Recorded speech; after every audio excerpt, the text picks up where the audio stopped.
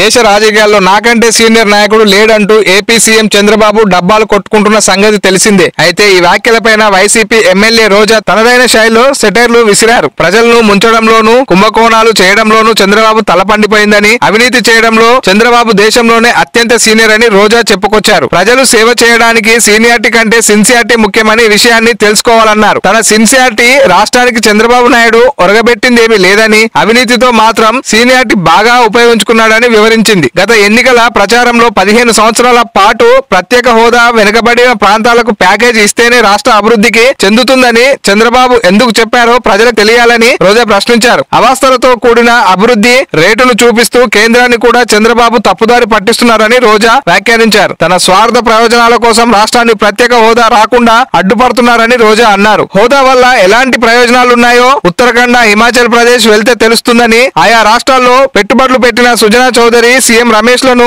అడిగినా చెప్తారని ఎద్దేవా చేశారు. ప్రత్యేక హోదా వల్ల ఎలాంటి ప్రయోజనాలు లేనప్పుడు అసెంబ్లీలో 2 సార్లు ఎందుకు తీర్మానం చేశారని ప్రశ్నించారు.